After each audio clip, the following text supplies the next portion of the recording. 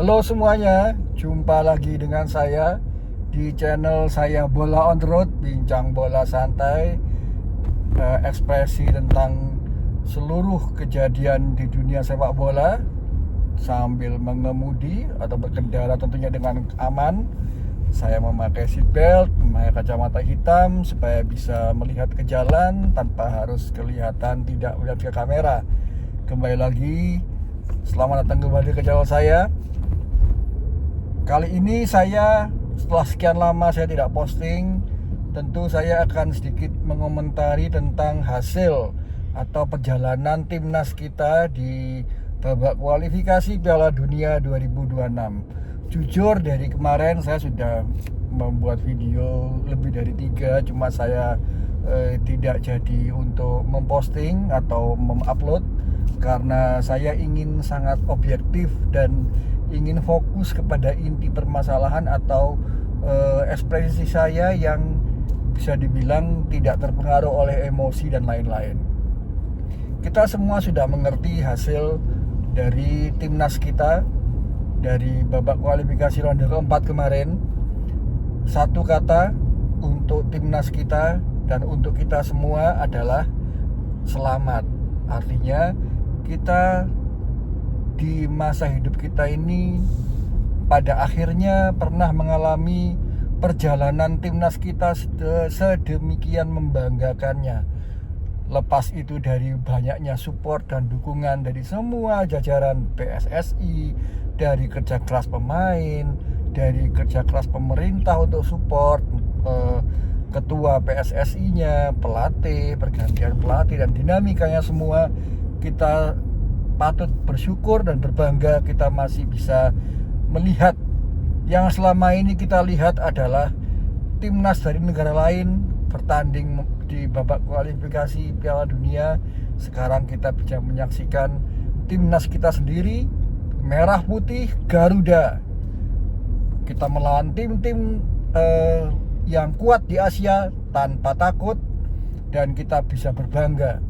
Kita meraih beberapa kali kemenangan, beberapa kali hasil imbang yang luar biasa, dan pastinya ada dinamika kekalahan di situ.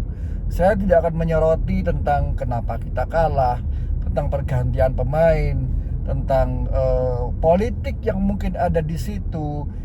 Saya tidak akan mencerca satu pun dari pemain yang saya anggap telah bekerja sedemikian luar biasanya sesuai dengan taktik yang diberikan oleh pelatihnya, baik itu STY maupun Patrick Kluivert.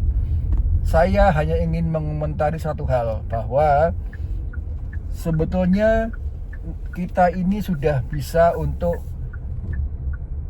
menuju ke babak atau ke kelas yang seperti ini. Jadi apabila semua jajaran ini bersatu tanpa adanya intrik satu dan lain hal, kita ini bisa kok maju ke depan.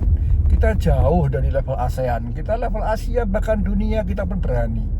Nah, itu yang ingin saya komentari, bahwa oke, saya kecewa. Mungkin sekarang pun saya masih kecewa karena kita gagal. Kita harus nunggu 4 tahun lagi, 5 tahun lebih tepatnya, karena Piala Dunia baru tahun depan.